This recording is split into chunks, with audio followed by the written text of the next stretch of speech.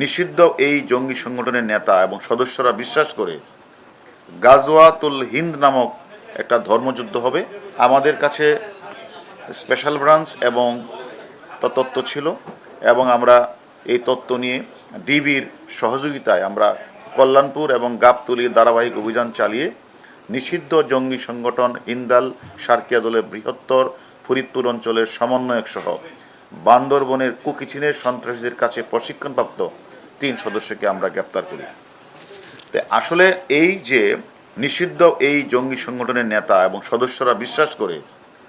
গাজওয়াতুল হিন্দ নামক একটা ধর্মযুদ্ধ হবে এবং এই বিশ্বাস করা হয় যে কোনো এক সময় দাজ্জালের নেতৃত্বে ভারতে যখন মুসলিম নিধনের বড় রকমের চেষ্টা করা হবে তখন ইসলাম ধর্মকে সমুন্নত রাখতে এবং মুসলমানদের সুরক্ষা দিতে গাজওয়াতুল হিন্দ নামক একটা ধর্মযুদ্ধে অংশগ্রহণ করবেন এবং তারা বদরের যুদ্ধে অংশগ্রহণকারী শহীদ অথবা গাজীদের মতো মর্যাদা নেকির মালিক হন বলে তারা বিশ্বাস করেন। এমন বিশ্বাস এবং প্রচারণা উদ্বুদ্ধ হয়ে এক সময়ের হুজি ও জেএমবির সদস্য হিসাবে সামরিক প্রশিক্ষণপ্রাপ্ত জেল ও হাজতে বাস শেষে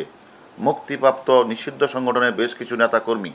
ময়মনসিংহ, ঝালকাঠি, ফরিদপুরের মাগুরা বিভিন্ন জেলায় যুবকরা গাজওয়াতুল হিন্দ এই অংশগ্রহণের প্রস্তুতি নিতে গঠন করে জামাতুল আনসার ফিল হিন্দাল সার্কিয়া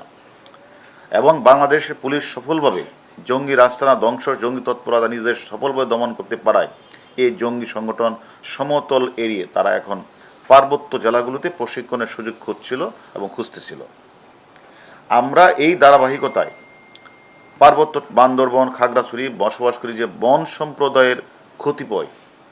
বিভ্রান্ত সন্ত্রাসী দ্বারা গঠিত কুকিচিনদের সাথে সহযোগিতা হয়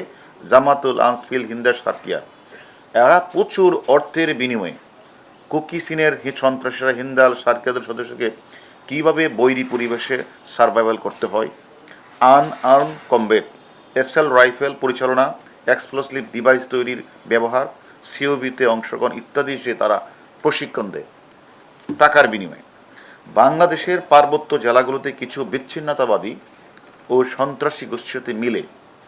অপরাধমূলক কাজে জড়িয়ে পড়া, দেশকে অস্থিতিশীল করে জঙ্গির হেলাফত স্টেট প্রতিষ্ঠা,